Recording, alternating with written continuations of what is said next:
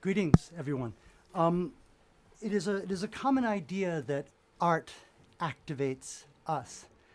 I have a different approach, which is that art provides us an activity to activate the work of art.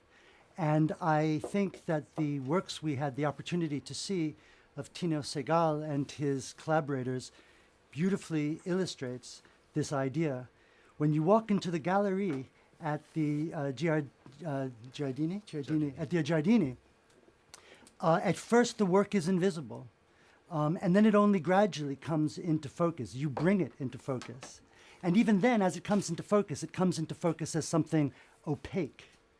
But with time, you gradually discern a structure, a very definite temporal dynamics, an auditory, acoustic, musical landscape, and indeed a thematic structure, which I perceived to be a structure among the team of looking, listening, doing, and undergoing. There was imitation.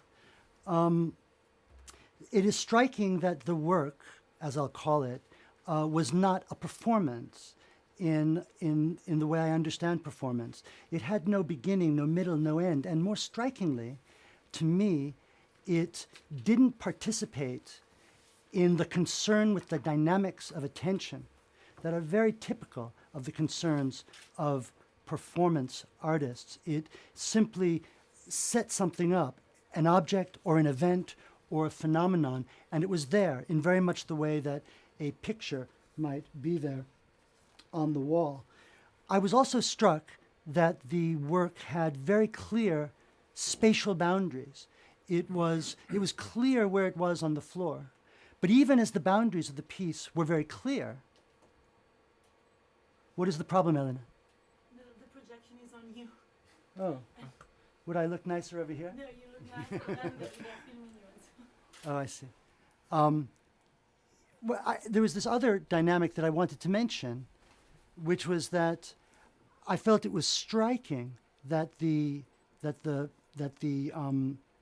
those who were enacting the piece very clearly asserted control over a territory. There was the piece had boundaries that were clear, and yet for me, the boundaries were also, as definite as they were also very fragile. So that there was a dynamic setup of, if you like, the piece or the work with the work that the work was doing. And then there was the containing of this piece and the situation, which also included us. And nothing more vividly illustrated this to me than the way in which the team itself, I hesitate to call them performers, the participants in the making of the piece themselves patrolled the space while the space was going on in a way that underscored the fragility, and I felt gave me as a perceiver an opportunity, actually forced me to feel an anxiety regarding the piece's fragility.